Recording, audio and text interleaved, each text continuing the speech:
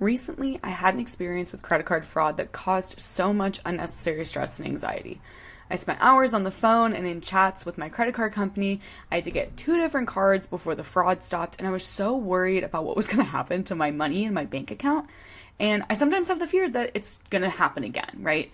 And that's why I'm so excited to introduce You Are the Healer's newest sponsor, Aura, an app for protecting online data and personal information.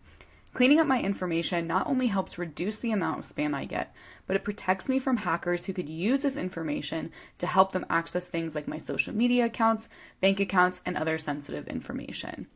Protecting yourself and your personal information is a form of self-care. I swear. Go to my sponsor, aura.com/healer to get a 14-day free trial and have peace of mind knowing your information is safe. Again, that's Aura, AURA.com/healer for your 2-week free trial. You Are the Healer is sponsored by BetterHelp. Therapy is mandatory because there's absolutely nothing wrong with seeking help. I think every person who walks this earth needs therapy, honestly. I'm stoked to be connected with BetterHelp to offer affordable and accessible therapy resources. The link is in my show notes, and you can also go to betterhelp.com/healer. That's better, HELP.com/healer. Now let's get into this episode. All right, welcome Bryan Power to the You Are the Healer podcast. Thank you so much for taking the time to be on the show. I'm really excited for the value that your story is going to provide, learning all about integrative attachment theory and just getting into wherever this conversation takes us. So thank you so much for your time. Sydney, thanks so much for having me. I love your show. I love your bubbly attitude with all this, and yeah, it's a tough subject, and I think you handle it very well, and I'm excited to be able to share my story and hope that we can help somebody today. So thank you for having me on Yeah, the show. Sure. of course. So let's kind of start from the beginning, right? Let's talk about like early childhood, kind of those foundational things that shaped you and your experiences. Yeah, so I was born in 1969. My mom was, at that point 20 years old. My brother was already around, so my brother's about 15 months older than me. So a week later, my mom would turn 21. And a few months after that, my parents would divorce, ultimately split. My father battled addiction. Mm, And so my mom was 21 years old with two boys to raise, and her own dysfunctional family that she came from, trying to deal with them, and not an easy task. And so we no. moved around a lot. There was a lot of chaos, a lot of dysfunction, really no stability, if you will, growing up. Certainly for the first almost 10 years of my life, my father was in Mm, and out of my childhood. A lot of times when he was in, it was really just more problematic and more drama and chaos. mm, But as a little boy, of course, I still loved my father and wanted my father in my life so much. So I developed a lot of, I call core wounds through my childhood, and a lot of my perceptions in life were formed early, which it is for so many of us. The first 7 years of a child's life is very important to have good stability, good foundation, and they really mm-hmm. develop good patterns, if you will. So not having that really would affect my life even till now as a 56-year-old man. That pattern would kind of set for me, and that a lot of these things would play out as I grew up and began to have relationships in my adult life, Mm, and just everything that I do in my life. One of the things I learned is that pretty much 95 to 97% of our decisions in life are made by the subconscious. And so, mm, if subconsciously we have some really poor thinking, if you will, that can really affect us, and we don't even know it. We don't even realize what's going on there. So, learning that and understanding that has been a valuable thing. And the other thing I learned about that is that this conscious cannot outwill or overpower, if you will, the subconscious. So, consciously, I may know some things, but the subconscious is going to wreak havoc on mm-hmm. my choices in life, if you will, because the brain it's a needs meeting machine, and it's going to meet its Mm, needs the fastest and easiest way that it can. And so that can be problematic if we have some really subconscious bad patterns, if you will, right? And so that's really the foundation of kind of where I came from. Just a lot of dysfunctional stuff, and through my childhood and into my early years of my life, it took a long time to sort through that.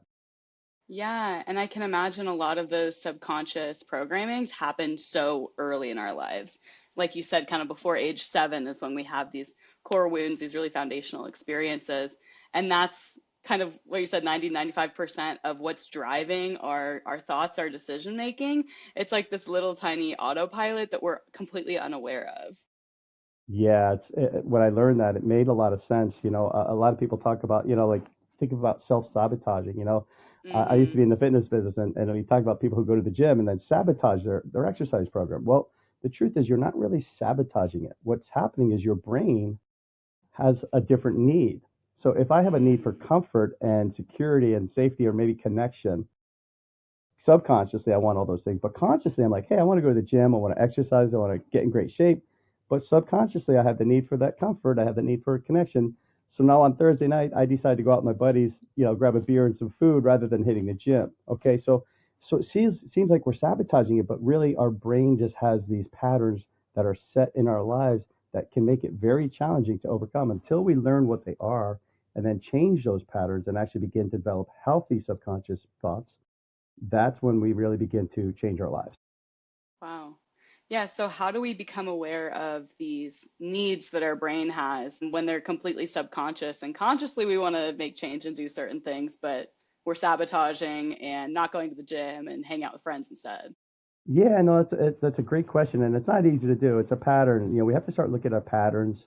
Sometimes the things that we're doing on a regular basis will begin to start to take shape. We start to notice, okay, we have certain patterns. We have emotional triggers, where I might be in an emotionally heightened state for almost no reason, right? And so when that Mm, happens, I have to say, okay, why am I feeling this heightened emotional state? And why am I making certain decisions this way? Why do I have these patterns? And if we can start to figure that out and sort through that a little bit, we can start to realize, okay, I'm acting this way because I'm fearful of, whatever it might be. So for me, I have a very strong fear of abandonment.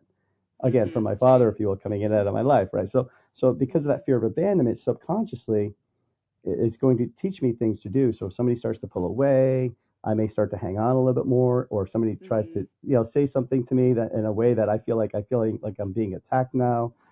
I'm going to hear that in a way like, oh my God, this person's going to leave me. The relationship is mm-hmm. over. They hate me.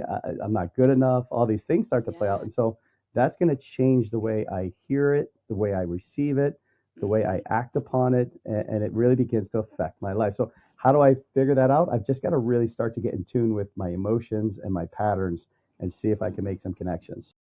Yeah, yeah, it's like choosing to look inward and do the work and look at yourself even when it's not fun. It might trigger you even more to look into yourself. And sometimes when you dive inward, you realize, oh my gosh, there's way more here than I thought. And that's a pretty humbling experience. Yeah, 100%. Yeah, that's the thing. I mean, yeah, it's like a layer of an onion for sure. Yeah. Sometimes as we do begin to heal, we start to realize, wow, I've got a lot more issues than maybe I even thought I did or realized I had. But the greatest part about that is we begin to peel the onion, we begin to heal the onion. You know what I mean? And so, Put that and on a that's shirt. that's right. We can make that T-shirt up. But that's the great part of it is the healing is where the reward comes because the thing is this: we're not responsible for what happened to us as kids and some of those patterns that we've developed. That's really not our fault. But here's the problem: we're stuck with it, and if we don't change it, we're going to live these difficult lives. So we have a choice. Okay, do I want to learn? Do I want to change? Am I willing to overcome this so that I can have a greater life, or do I stay stuck in these patterns? Deny that I have any issues, don't do the work, and now I'm going to go through life making really bad decisions in life and having a pretty challenging, difficult, miserable life, if you will. So, as hard as the work can be to do it, I think it's a lot harder to stay stuck and not do it. Yeah, that's such a good point. I was going to ask you, like, why is it so important that we do the work, especially when it comes to relationships? And you already answered the question before you even asked it, is as, uncomfortable as it can be to look inward, to heal ourselves, know our triggers, our core wounds, it can be even more painful to live on that subconscious autopilot. Maybe you're sabotaging, you're reactive whatever. So the person who's listening, kind of questioning, why would I want to dive in? Why would I want to heal myself? What would you say to them when it comes to what's the cost if you don't do the work? Yeah, so that's a great way to do it. Is what we do what's called a cost benefit analysis. So sometimes we can look at what are the pros and cons, right? If I stay Mm-hmm. stuck and I decide not to do the work, what is that going to look like? And I Mm-hmm. can look at all the things like, okay, I'm going to have unhealthy relationships. Maybe I don't get great jobs. Maybe all of a sudden I stay broke and poor. Whatever. When we start to look at all these things, I don't have any friends and all those things that can happen negatively, and then we can look at the positive and say, okay, well, what happens if I do the work? What are the good Mm. things that can come of that, right? So I can do a cost benefit analysis to decide, wow, is this worth doing some of this work? And if I look at all the pros, I can say, you know what, yeah, you know what, I need to get motivated. As hard as this can be, I love the idea of the pros over the cons. Let's delve into that, you know? Yeah, totally. I think it's really helpful for, at least for my brain, to see like a list in each, because the reason why we don't make change is because there's a lot of pros to not changing. It's comfortable, it's easy, it's what we're already doing.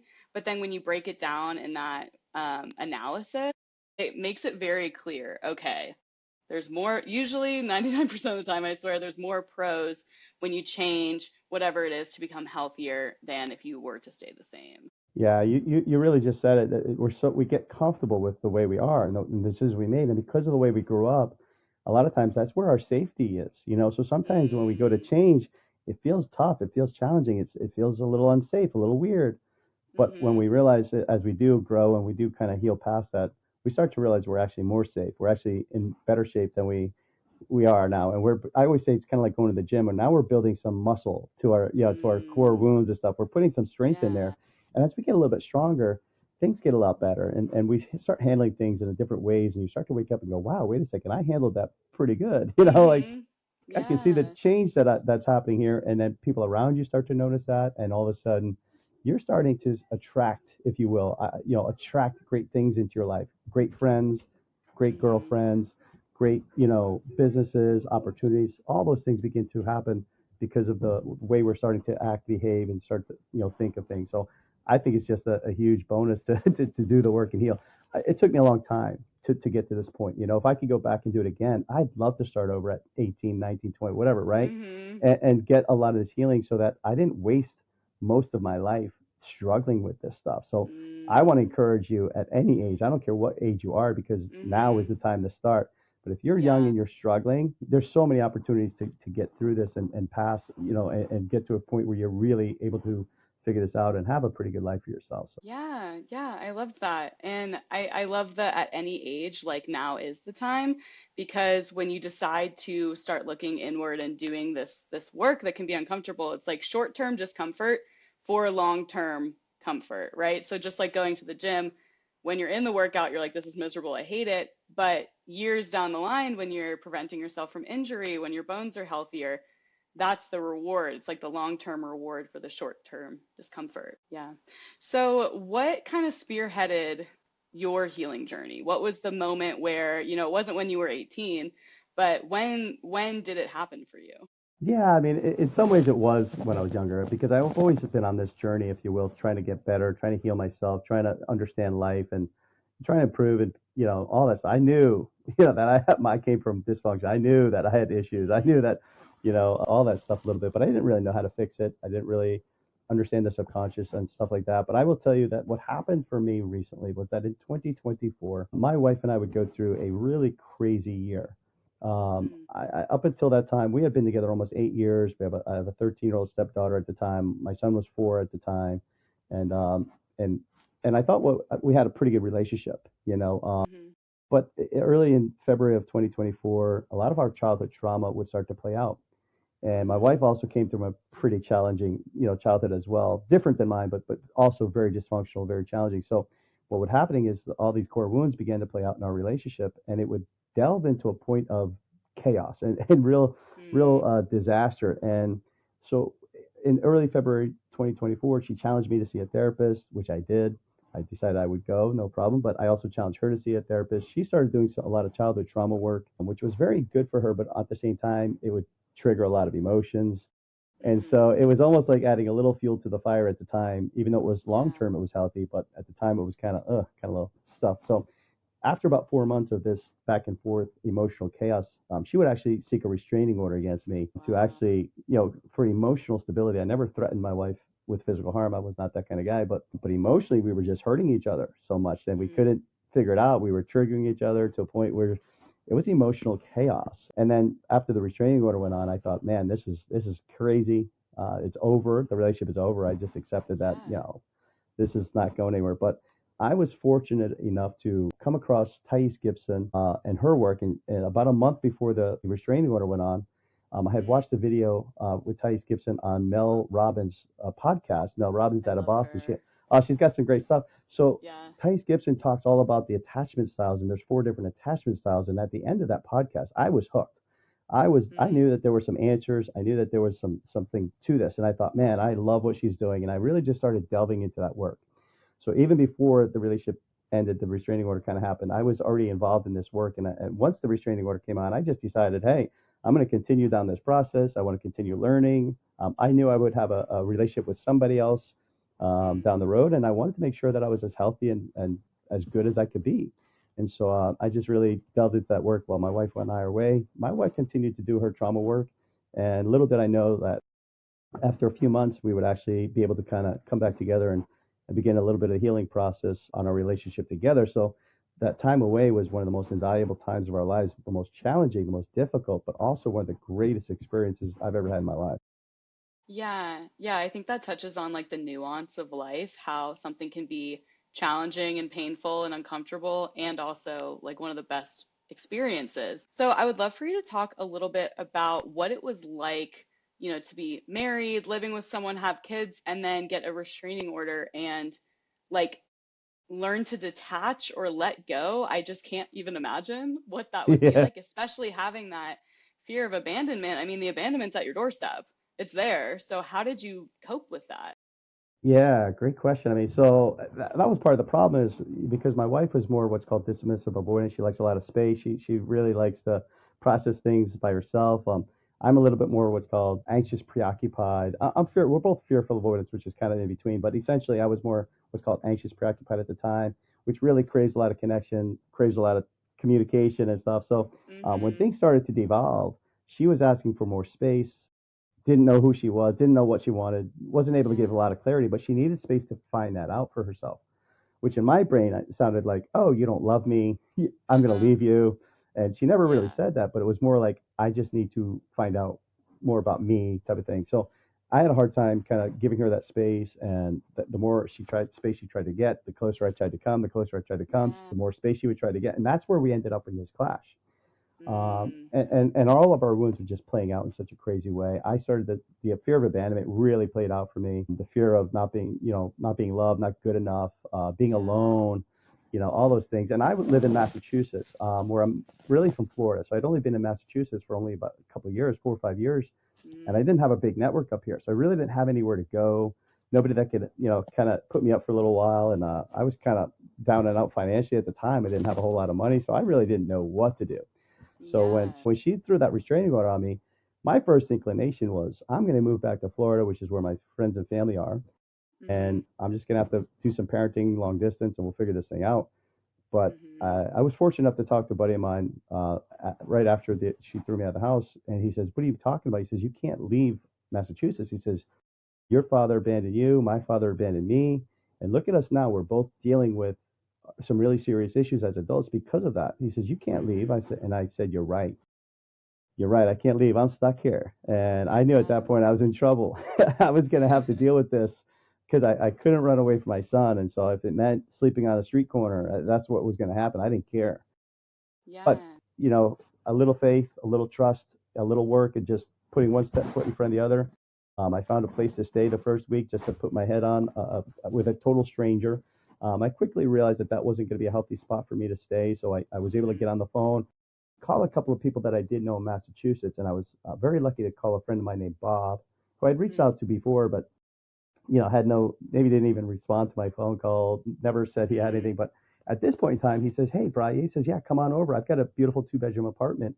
You can stay in Mm. my spare bedroom." And I'm like, "Really?" He goes, "Yeah, come on over." I'm like, "Wow, jackpot." So I knew right away within 1 week, I now had a decent place to rest my head. And that was the first step, is Great. to find some stability so that I can then focus on the emotional side of things. As it would turn out, Bob was dealing with a divorce, and Bob was really Mm. hurting and dealing with things in a really negative way. Bob was kind of drinking too heavily. He was using alcohol Mm. as his crutch, and he Yeah. just couldn't get out of his own. And he's a super great guy, but he was in a lot of pain, and instead of being Mm-hmm. able to kind of work through that, that was the way he was kind of dealing with it, and it was really dragging him down. I had made up my mind to put the work in. I was going to make this a good thing. I was going to turn this into something positive, and I think I really was able to have a positive influence on Bob, and Bob saw the way I was working on things, and Bob Mm. credits me for really helping him through that time, and he helped me through that time. We were really just able to help each other and support each other. And I was just fortunate that for me, I had my head on my shoulders enough to say, yeah, I don't want to go down that route with a restraining order. I certainly didn't want to go drinking and doing something stupid, right? Yeah, So I was totally. I was determined to stay completely sober, not even drink a sip of alcohol, and just do some work and heal and grow and make this a good thing. I was going to level up from this. That was my goal. I was going to level up. Yeah. And I always say they call it a breakup, not a breakdown. I Okay? They like call it a break that. up, not a breakdown. Yeah. Now, you can choose to break down Mhm. or you can choose to break up. And I decided I was going to break upwards. I was going to move up. And as fate would have it, I would eventually get a chance to come back and work things out with my wife. But I didn't know that at the time. I was just going to trust that this was all going to work out for good. And it did. Yeah, totally. Well, I have a lot of thoughts on everything that you just Yeah, said. So, well, sure. I'll try to go chronologically, but Sure. so I really admire that you made the conscious decision to not move away from your son because I think our subconscious wants to replay our family trauma. So if that means that your dad wasn't there, then you would replay it in your life, not being there for your son. But I love that you made the conscious effort to be there for him. And I think it's no coincidence that the certain people that you talk to at this time in your life happen to give you these little, wisdom pieces like right when you needed them. Because I mean, that probably completely changed the trajectory of your life, which is really cool to think about. Yeah, 100%. I mean, if I hadn't made that decision and yes, I wasn't challenged to stay and all that stuff, then I probably would have ran back to Florida and my son would be dealing with a lot of issues and I never would have had the chance to come back around with my wife and everything else. It would have been a totally different journey. Yeah. And who knows, I don't think I would have grown as much as I have had I Hmm. just ran away. And that's one of the things I've learned is, let's not run away from our issues and problems. Let's face them. Let's learn from them. Let's figure out what's really going on. It's okay to say that I have issues. It's okay to say that I don't know how to do this and I'm not perfect. And I have a contribution to the relationship. We're both Hmm. 100% responsible for our 50% of the relationship. And so how do I show up in this relationship? Am I showing up 100%? Am I doing all the right things? And a lot of times we think we are, right? Mm. It's always the other person. That's the whole problem. And that's where I come back to where my wife challenged me to go to therapy and I challenged her to go to therapy because she's thinking, you got problems, Brian. And I'm Hmm. thinking, no, I don't. You got the problems, right? And so Yeah. right. And so what I learned is that we both have the problems and it's okay. We Hmm. both have the problems. We need to work on ourselves so that we can show up differently, improve that. And even just one person making those changes in a relationship can make a huge difference in how that relationship progresses. Now, obviously, Hmm. if both people do the work, that's a home run and that makes it even better. But even one person, AKA you, if Yeah. you're willing to make those steps and do that work, you can really change the dynamics of a relationship. Yeah, totally. And I love that you talk about like the accountability in relationships because the easy thing to do is to point your finger and say, you're the problem, you're the reason I'm like this, you're the reason I'm triggered, or whatever it is. But to have the humility to say, okay, I have accountability in this relationship, it's 50-50, and to be humble enough to look at yourself and ask, like, what can I do differently? How can I show up? What ways am I contributing to the negative parts of the relationship? I think that's really admirable, and I wish that everybody had that. Well, I'm trying to share the message so that people can wake up and realize and stop defending yourself. Stop feeling like you have to defend everything Mm, about yourself.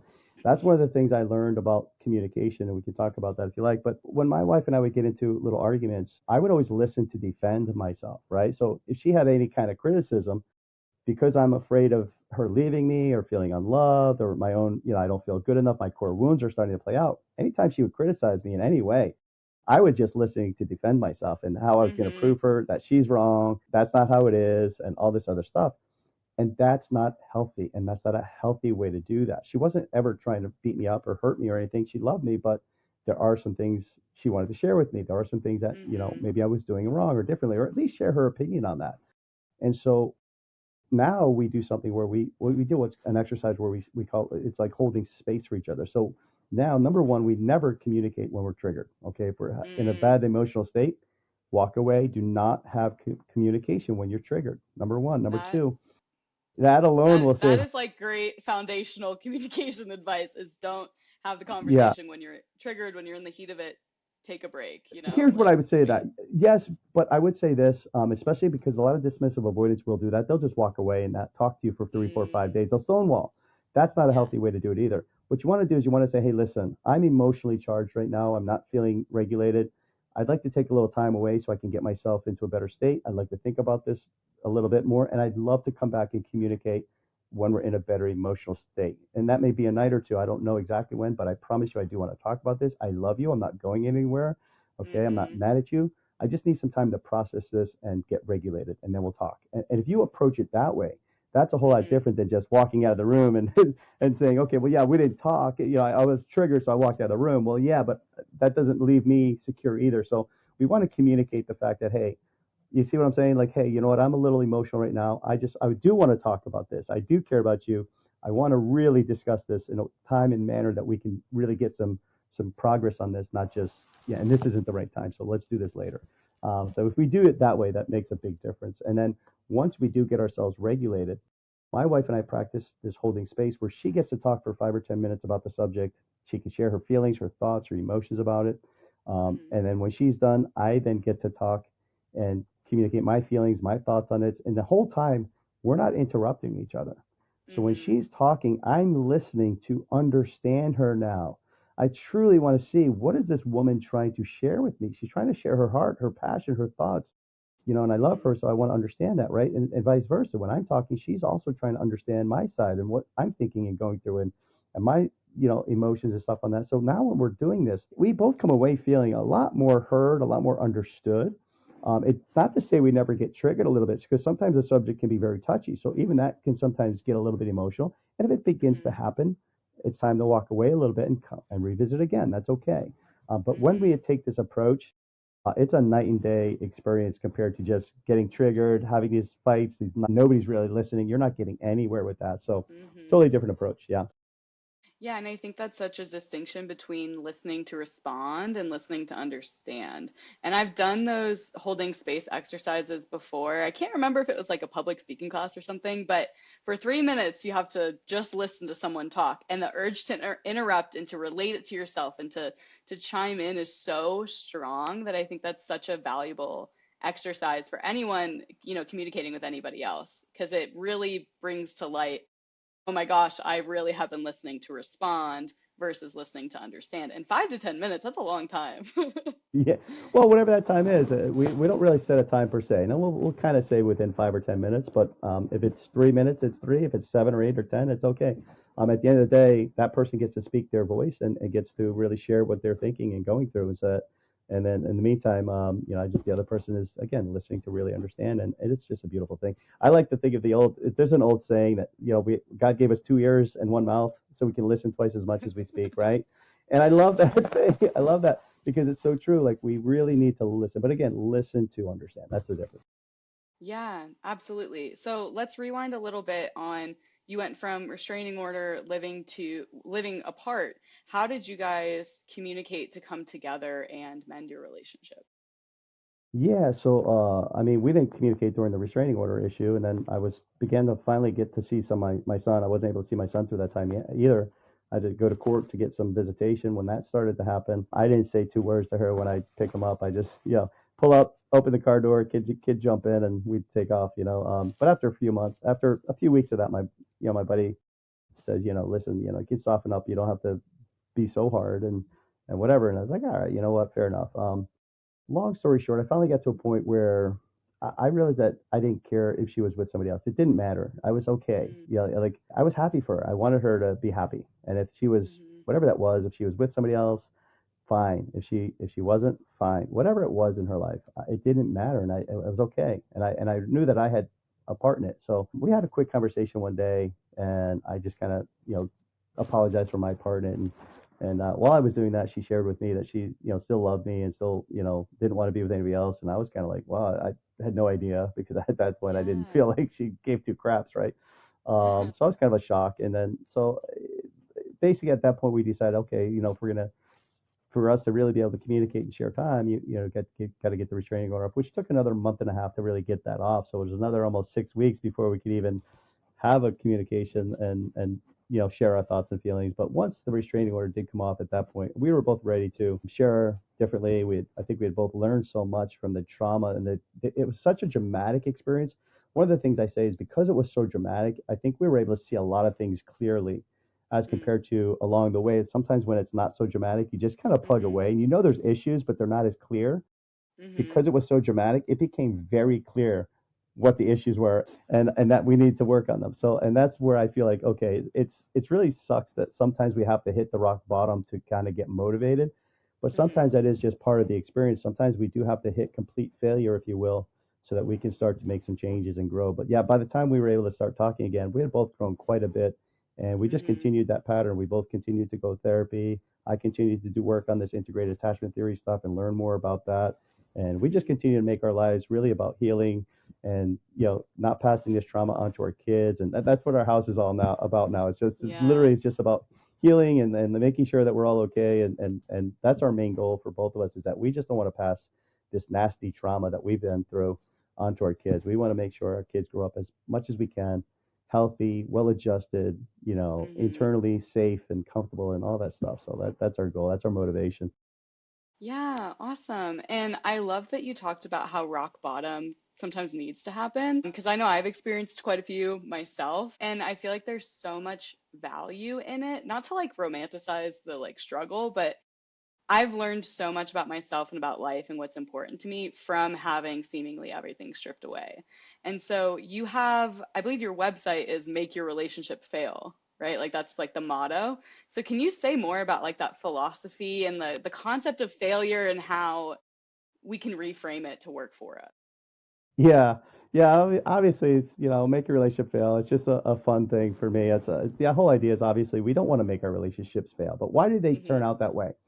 We Mhm. all start out, we're in love, we meet somebody special, we feel like, oh, this is gonna be amazing, and we have this wonderful journey, and whether it lasts 6 months, a year, 2 years, 5 years, somewhere down the road, somehow we get sidetracked and things get lost, and all of a sudden Mhm. we're hitting this critical stage where the relationship is broken, and now we're in a horrible state, and it's hard. I always say there's nothing worse in the world than losing the person you love simply because you don't have the tools necessary to make it work. Mm. It's not that Mhm. we don't love each other. My wife and I loved each other, but we couldn't figure out how to make that work. Mhm. And so now having more tools has been a true blessing. But yeah, sometimes it takes that critical stage to wake us up, to alert us to the fact like, hey, there's some real problems here. And that's what Mhm. happened for my wife and I, is that the issues became so severe that yes, we had to now look at it. And we had two choices. We could have just poo-pooed it. Like I said, I could have ran away. We could have just not dealt with it. Or we could Mhm. say, oh, wait a second, there's some real issues. These things need to be addressed, and that's what we decided to do. We addressed them, and then as we addressed them, as fate would have it, it brought us back together. But there was no guarantee on that. So we have to Mhm. understand that sometimes we just have to do the work and let the chips fall where they may. Sometimes that Mhm. spouse may come back to you, and you'll have a second chance. That's great. If not, then that's okay. You can move on with that and heal and grow. And somebody else will eventually come into your life that you will be able to share a wonderful experience with, and the work that you do will pay off. But the key is to use that time, in that situation for growth. And in the past, I used to feel like, when I was going through struggles, it always felt like I was being punished. And when I Mm. realized that time is really a blessing, it's a true Mhm. blessing. And you're right. It's like I don't want to romanticize it. Like I don't pray for struggle. Like please give me more struggle. No, that struggle is going to Right. come. I don't have to pray for that. I promise you. Yeah. These right. These things are going to show up. So, but when they do, what I've learned is to say, okay, number one, what can I learn from this? What is going to teach Mm. me and grow? How am I going to grow from this? And what I find is I look back at my life, and I've had a challenging life. I've overcome a lot, and I've Mhm. overcome, and that has made me a stronger person, a pretty wise person. I've got so many gifts from the struggles and the situations that I've gone through, that here I am as a 56-year-old man, and I'm pretty blessed. I have a great life, coming compared to where I came from and some of the struggles I went through, and I've just overcome so much. So I embrace struggle, and I feel like sometimes the struggle is a gift, that's there to Mhm. really bless us. So that it may feel like pain right now, it may feel like you're not being blessed, but I promise you, if you take the right approach, you can take this and launch. I always say I'm like a Super Ball. If you take a Super Ball and you throw it on the ground really hard, the faster and Mhm. harder you throw it on the ground, the higher that thing is going to bounce, Mhm. right? So I Yeah. feel like I'm a little Super Ball that, you know what, you're going to throw me down on the ground really hard and fast, but I promise you, I'm going to bounce really high, and the Mhm. sky's the limit. The sky's the limit. Yeah, I keep thinking of you're gonna break up, like you're gonna expand from that moment of struggle, from, the That's growth right. that can come from these really hard life circumstances, no matter what it is. I always think like it can be such a catalyst towards healing, towards change, towards enlightenment, consciousness, whatever. And it really is all about perspective, like how you look at it. Because then the next time you go into something hard, instead of being like, no, no, no, please, I don't want to do this again, you can be like, wow, I'm going to learn so much from this time. Yeah, for sure. And I was very fortunate to come across a program that really worked for me, the Integrated Attachment Theory program that was created by Thais Gibson. That was a program that I just saw a lot of answers, and so I was excited. And with Yeah. that, being revealed to me, as well as having some faith in life and God and everything else for me, just I saw things, one thing just after next, just really fell into place during a crazy time. Mm-hmm. And I just knew along the way, as hard as it was, I just knew somehow this was we're going to work out. And I just took one step at a time to see where it would go, and that was fortunate enough for me. So Yeah, and I would love to hear about these tools that you learned in relationships through this coaching experience, those things that you've learned about attachment, and we can kind of dive into each of the components and how they can help your relationships in your life. yeah, so the six main components to integrated attachment theory are as follows. Number one, it's your core wounds, and those are the subconscious behaviors that we talked about that play out. Mm-hmm. Like things that we learn, the subconscious waves that are playing out in our head that we don't even realize are there. So core wounds, number one. Number two, it's our needs. Okay, really starting to learn and understand what are my true needs, not what I consciously may think, but what is my true needs. If I'm chasing money and in a job, maybe I make money, but I never feel fulfilled. Maybe like for me, I have a real strong need for contribution. I really love helping Mm, people and yeah. challenging and hopefully, feeling like I'm adding value to other people. So that's very big for me. So learning that that's a big need for me. Now I can chase that need, the right need, not needs that are not important, right? So Mm-hmm. number one, core ones. Number two, my needs, and also learning how to fill those needs for the most part by myself, not Mm, outsourcing my needs too much. All right. So yes, there are some needs that we have to outsource a little bit, but for the most part, we want to make sure that we're doing our job to fulfill our own needs as much as possible. After that, we want to work on our emotions. How do I handle my emotions? What can I learn from my emotions? There's nothing, emotions aren't bad.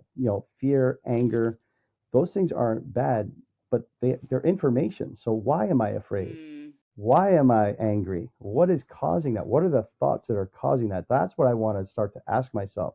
So when those emotions come up, what can I learn from my emotions? And on the flip side, on the positive side, obviously, if it's something that's making me feel wonderful, then what is making me feel wonderful? Why do I feel that mm, way? That may be filling a really great need for me. And that's obviously something I want to work on to get more of, right? So the emotions are not a bad thing. Don't be afraid of them, but we do have to learn how to control them and then utilize them for information. We also have to learn number four, how to set boundaries. mm, As anxious, preoccupied, you could be boundaryless. Other people could be extreme boundaries that are, ridiculous. How do I find healthy, good boundaries? Then how do I make sure that, I'm respecting other people's boundaries? And how do I make sure that they're respecting my boundary? mm, So boundaries are a big one. I always say it's kind of like the fence around the house that kind of keeps everything in together. So those boundaries are what keep us safe, if you will. After that, we want to make sure that we're dealing with our communication, and communication is huge. How mm-hmm. many relationships, most people say, oh, the relationship failed because they just didn't communicate. Nobody knew how to communicate. Communication breakdown, right? So, how do we communicate properly? And then last but not least, how do we change our behaviors? How do I act in ways that are respectful and proper and not, flying off the handle because I'm emotional today and now I'm doing things that are just, adding more chaos and craziness, right? So how do I, when I feel my emotions, how do I change my behaviors? How do I work in a way that people can look and say, man, I respect that guy. I love the way he handles himself. Certainly for my kid, I want my child to grow up and say, wow, I like the way my dad handles himself and wants to emulate that, right? So, how Mm, do I do that? Well, now, when I change all six of those things, I can really affect my life and my relationships and the people around me. And I'm talking not just with your spouse. This can go into mm-hmm. your coworkers, your family, your friends, anybody. This starts to really go into every area of your life. Yeah, and that's what I always think of when it comes to relationships is I think a lot of people go to, oh, romantic relationships. That's marriage, that's dating, but it's your relationship to anything. If you don't have boundaries, your relationship to work's going to be terrible. Your sleep relationship's going to be terrible. So this is really core foundational knowledge that will help people across every area of their life. Yeah, absolutely, exactly. I would say I feel like the spouse is the one we talk about because they a lot of times trigger us the most, or that's the one that kind of, Hmm. that can really trigger. Family can do it too. Don't get me wrong. My kid can do it. As much as I love my son, children will trigger you, for sure. Hmm. Um, but we start to learn from that, and then as we do, then yeah, it just starts to delve into every area, friends, family, coworkers, absolutely. Yeah. So I'd love to hear maybe some examples or stories about what it looked like applying all of these core foundations into your relationship. So, like, what things changed? How did you show up differently? And then what was the result of changing that behavior? Yeah, great question. I mean, there's so many things there probably, but just number one, first and foremost, I think my wife and I, working on our core wounds and healing those and seeing them clearly and understanding them more and doing the exercises that can help kind of heal those core wounds, we do not get triggered like we used to.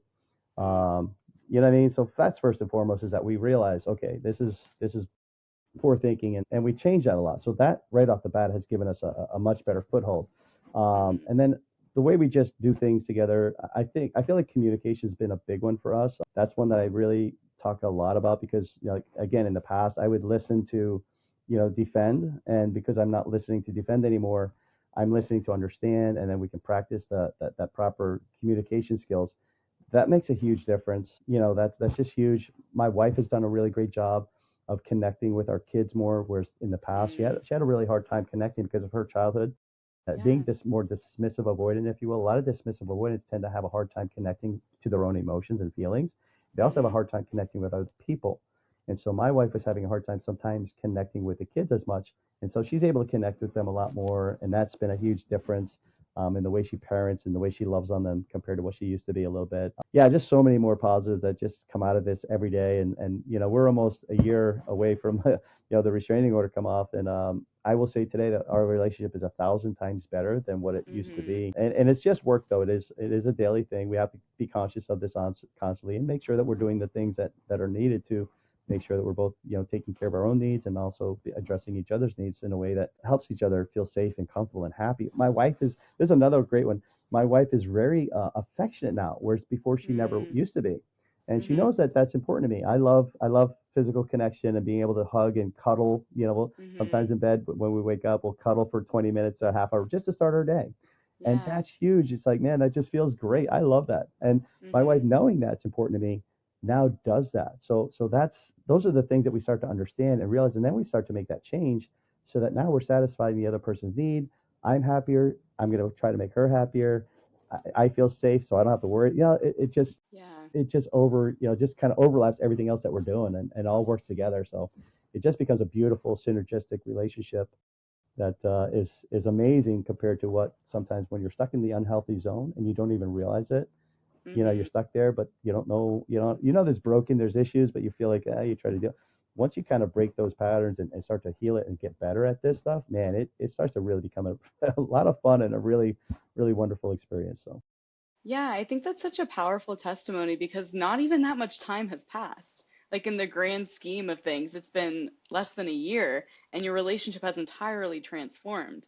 And I just think that's so cool for listeners to hear is like it just gives you hope in your relationships that like and the non-attachment piece is very important too. You were like, if it happens, if it doesn't, like that's okay, I'm going to be okay. I think that's first, and then it looks like knowing your needs, knowing your core wounds, your emotional reactions. Like it really takes having that relationship to yourself, which is why it's so important to do the healing work internally.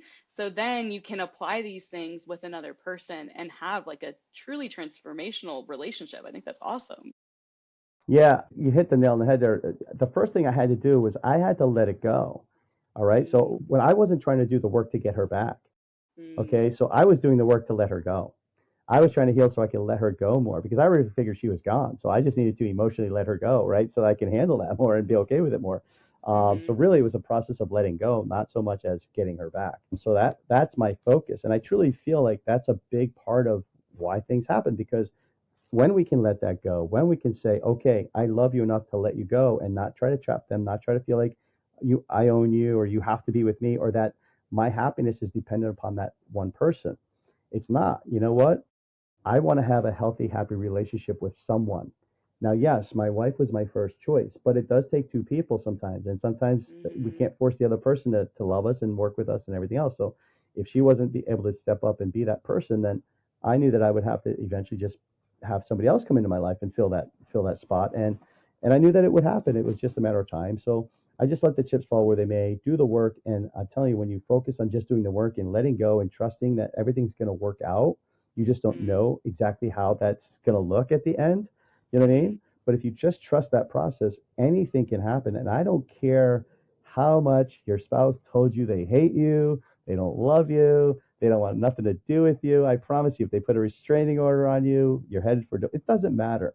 If you're willing to do the work and they're able to see that you've changed and they're also willing to do the work, but even if not, even if you're doing the work and they Mm-hmm. can see the change, that can spur some interest in saying, wait a second, maybe I should work on this because they know that your value, they know that you're now improving, you're only going to be a better version of yourself. That might be something that they want to be, kind of give a second chance there for sure. Yeah, and I think that's such an important distinction is like you were doing the healing not to get her back, but to let her go. And I think that that is a totally different energy to come from than it's almost like if you're doing the work to get somebody back, it's like manipulative, like, oh, if I do all these little tricks, then they'll want to be back with me. But it's from that place of I just want to be better for myself that allows other people to come back in. And I think that's really powerful. Yeah, thanks. I think I agree. I think that was a huge factor in that. And it just played out that way. I do think that was a true blessing that to be able to kind of, and that's where that restraining order just kind of caused a lot of these things because that really forced me to let it go. That really forced us to go no contact. Yeah. A lot of people talk about no contact when they break up. I truly believe that no contact can be the greatest thing for your relationship when it's done properly. No contact means you're focusing on yourself. You're not worried about calling that other person. You're doing what you need to do to heal, and you're hoping that Hmm. that other person heals. But at the end of the day, you're going to heal yourself. And then when you're feeling strong enough, healed enough, then maybe you can reach out, but not until then. I feel like until you're healed, until you fully let this go and you fully accept that, hey, this person just, yeah, I'm happy for them, whatever they need in their life, if you can reach that point, then it can be okay to say, hey, I'm sorry for my part, whatever, kind of like myself, where I just apologize for some things, but I had no Hmm. expectation of like, hoping that they would come back around. And if they, turns out that they do, and you're able to work it out, then what a gift, what an amazing gift. I always say my wife and I choose each other today. We choose Hmm. each other every day now, right? We choose each Hmm. other. My wife can walk out of this house tomorrow. I can't control her. I don't think Hmm. she will, but if she did, I'll be okay. And if that's Hmm. the case, I would be happy for her still. And that's just the approach I take. But in the meantime, I'm going to enjoy what I have and kind of just go from it. Yeah, yeah, totally. Well, I think that was such a powerful journey that we just talked about for the last like 45 minutes or so. I mean, starting from how your childhood so greatly affects your attachment style and being triggered and having those experiences, but you don't have to let those experiences be your story. You can choose to not pass down your familial trauma. You can choose to take space to let go and then see what love comes back in. I think that's so inspiring. And so, just wrapping up, I want to ask you my traditional checkout questions for my guests on this episode. So, Bryan, what is something that people often get wrong about you? Oh boy, that's a good question. I don't know. I mean, I think I would say sometimes they don't realize, some of the stuff we come through, right? And you can look at somebody and think, oh, they're perfect. Look at how handsome or pretty they are, or they have a good life and they have their good house, they have all this stuff, right? But you have no idea the struggles that Hmm. somebody has come through, and so I think that's probably where a lot of people get it wrong. In fact, I was talking to a buddy of mine that I grew up with in my town, and we weren't close friends growing up, but like we grew up in the same town. And when I told him about my child, he goes, "Man, I'd have never known that." He goes, Hmm. and I was like, "Yeah, you don't know that until you really sometimes get to talk to somebody." So I would just say, like, yeah, I think we all do it. We don't know what the other person's dealing with in their life, and almost all of us are dealing with something. So yeah. So be compassionate and have a little heart and give somebody a break because the chances are that person is probably dealing with something that could be very serious at that moment, or certainly at some point in their life they will. It's challenging. Life is hard. So that I think is the one thing people get wrong about me. Is like I had some cushy life and I'm just living the dream. Yeah. Yeah, I think that's Yeah. such a good message of like you have no idea what people have going on. A lot of people make assumptions Right. about what it's like, and just to be compassionate. I like what you said because yeah, you have no Right. idea what people have going on. They could be having the worst day of their life, but they look okay. So like, just always choose to be Exactly. nice. I think, you know. For sure. As much as you can. Absolutely. Hmm. So, what is something if you could go back in time that you would tell your younger self? Oh boy, that it's all going to be okay. Yeah. And just enjoy the ride. Don't stress out about the little things, and just go for it and be okay. And just know that life isn't going to be this little bubble of perfectness. It's not. It's not meant to be, you know, and that's okay. Life is about the struggle and the you know and also the positive sides. You know, when the storm comes and things are crazy and it's hectic and it's scary and all this, but then tomorrow comes and all of a sudden this the sea is calm and now you're able to enjoy the sunrise and see the beauty of things. Like it's all going to be okay. And if you can just have some faith through the struggle and use those struggles actually to grow and change and to learn, you're just going to be so much better for it. But at the end of the day, like, yeah, it's all going to be okay. Yeah, it's all going to be Hmm. okay. Yeah. Wow. It's all gonna be Yeah. okay. I wish I could go back to like every age of myself and say that too. Right. If you could make a law that everyone has to follow, what would it be and why? Boy, I don't know. That just feels too much. It can be That feels silly too. like a It lot doesn't of have to be pressure. like really Yeah, I serious know. either. No, I mean, everybody can have their own free will. I guess if I could make a law where everybody just had to treat each other nicely, right, and be Hmm. respectful and be compassionate, be forgiving. Mm. I think that would be kind of a nice law, right, where everybody just treat each other well. We can avoid some of this chaos and some of this nastiness that we sometimes see in the world. Unfortunately, the world isn't that way, so we're gonna have to deal with that. And the question is, how do we deal with that? But yeah, I guess if I could make a law where it's like none of that's allowed, none of that Yeah. nonsense, You we're have all to just gonna respect get each along other. here. Yeah. That's right. Yeah. We're all just gonna get along. That would be a pretty cool law, I guess. Yeah. Yeah, I agree. Yeah, that'd be a nice place to Right. live. Right. Okay, and last question is, what is the best mental health advice you have to give? I guess for me is number one, just know that you're not alone. Mm, Any struggle that you are going through, I promise you, somebody else has already gone through it. Somebody else is going through it. mm-hmm. Somebody else got through it. You'll get through it. Yeah. So those are the things I would want to say, like just to give you some hope and know that, like, yeah, man, you're maybe like me, weren't responsible for the position you got into. Maybe you came through a tough childhood and had some issues and things happened to you that really aren't fair and weren't really your fault. But at the same time, you had to deal with them. But at this time, you can heal. You can have a great life. You can fix this. And if you just do some work and focus on the positives, that things can change and it will change. You will get Mm-hmm. better, and you can do a lot of great things. So yeah, just stay with it. Don't just know that and it's okay to ask for help too. Sometimes Mm, we get stubborn and we feel like I can't ask for help and stuff, but no, it's okay to ask for help. I yeah. don't care what age you are. Yeah, Yeah. I love for that. sure. I really liked your spiel of like, you are not alone. Someone is going through what you're going through right now. They've already been through it. Like, I think a Yeah, lot of times when somebody we're, already wrote the book. Somebody right? already Yeah. wrote the book. I promise you. Yeah, I think a lot of times when we're going through it, like our brain convinces us that like we're in this alone, no one else has had this experience, and it's so not true. It's almost like ridiculous how untrue it is. I like that someone else has already written the book. Okay, and then And my heart goes out to people too. Like honestly, I know that especially today, we especially younger kids, mm, we're dealing with so much. There's so many issues, and a lot of people really are struggling emotionally, mentally, and all these things. My heart goes out to you kids, especially you younger kids. I promise you, there are answers, and there are ways to get regulated some help and everything else. But yeah, stay hopeful and just yeah, it's okay. yeah, Yeah. totally. Okay, last part is just plug yourself, whether it's literally whatever you have the floor, whatever you want to share. Yeah. Thanks. No, honestly, what I always like to do is I like to point people to my website, makeyourrelationshipfail.com or myrelationshipfail, myrelationshipfail.com. Either one will take you to my website. And you can see some about me. You can see some of the things about the integrated attachment theory and stuff. If you really want to get help, if you really want to start getting on this right track, join the personal development school from my website. Okay. When you do that, you're going to get number one, you're going to get the best price available to you on the program. You could join monthly, you could do a 3 month, you could do a yearly, whatever works for you is fine. But you will get unbelievable amount of information in that personal development school. Thais Gibson is brilliant, and there are videos, workbooks, anything that you're dealing with. I promise you, there's a workbook and something in there that's going to help you get past it and grow. So do that. I promise you, it's going to be worth every penny you spend, every minute you spend on that work that you do in there. Go for it. If you do it through my website, I'm also going to give you a free session with me. I'd love to connect with you, hear your story, see if I can help you, point you in the right direction, and get you a little bit, get down the road a little bit faster, maybe move that needle, if you will, a little bit faster than if you go on your own. If you decide you want to work with me on a regular basis, we can also do that. And I can point you in the right direction, kind of work through some of these things together so that, 2 months, 3 months, 6 months down the road, you're in a pretty strong point and moving in a really great direction and feeling like you've got it a pretty good foothold on how to do this stuff. And so I'm happy to work with you individually through the program, or again, even if you don't want to work with me, that's okay. I want you to get help. I feel like the personal development school offers an incredible opportunity to get that. Yeah, totally. And like you said earlier, it's okay to ask for help. It's okay to have extra support, to have a whole network of people helping you achieve what you want to achieve.